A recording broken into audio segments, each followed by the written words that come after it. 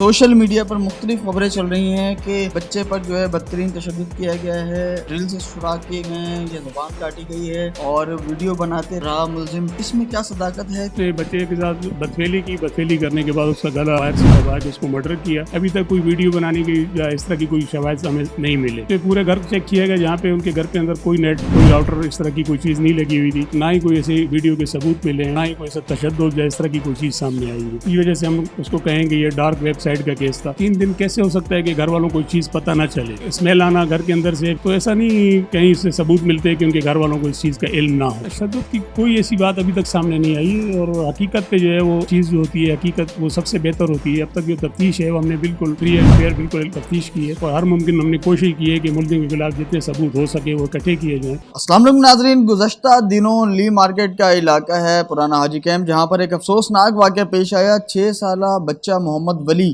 جسے اس کے پڑوسی نے جو ہے پہلے اغوا کیا، اغوا کرنے کے بعد جو ہے بدفعلی کی اور اس کے بعد بدترین تشدد کے بعد قتل کر دیا۔ لاش کو تیسرے دن اپنی جو اس کی تیسری منزل تھی وہاں سے نیچے پھینکا۔ یہ کیس جو ہے وہ کافی وائرل ہو چکا ہے اور اس پر باقاعدہ انویسٹیگیشن کی جا رہی ہے۔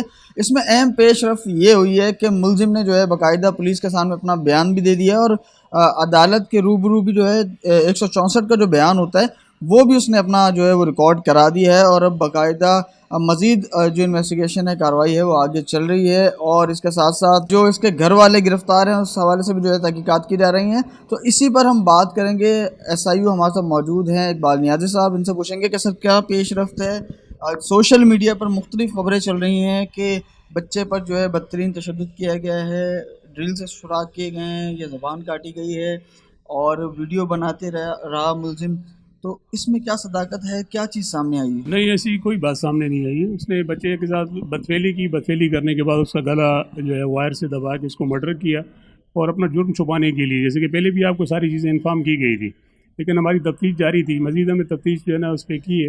ابھی تک کوئی ویڈیو بنانے کی یا اس طرح کی کوئی شواہد ہمیں نہیں ملے۔ اس کے پورے گھر چیک کیا گیا جہاں پہ ان کے گھر کے اندر کوئی نیٹ، کوئی راؤٹر اس طرح کی کوئی چیز نہیں لگی ہوئی تھی، نہ ہی کوئی ایسی ویڈیو کے ثبوت ملے ہیں، اور نہ ہی کوئی ایسا تشدد یا اس طرح کی کوئی چیز سامنے آئی ہے کہ جس کی وجہ سے ہم اس کو کہیں گے یہ ڈارک ویب سائٹ کا کیس تھا۔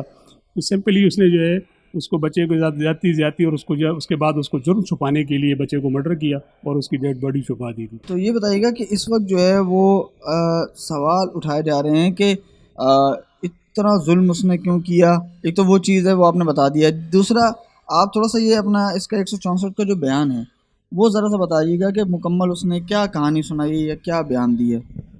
وہاں پہ اس نے اعترافی بیان جو کورٹ میں 164 جو ہے معزز عدالت میں اپنا ریکارڈ کروا دیا ہے، جس میں اس نے ساری چیزیں جو آپ کو بتائی گئی ہیں، اس نے سمپلی یہی چیزیں بتائی ہیں وہاں پہ، جو وہاں پہ کورٹ کا حصہ بن چکی ہے، تفتیش کا حصہ بن چکی ہے، اور اس پہ انشاءاللہ تعالیٰ اس کو سزا ہوگی۔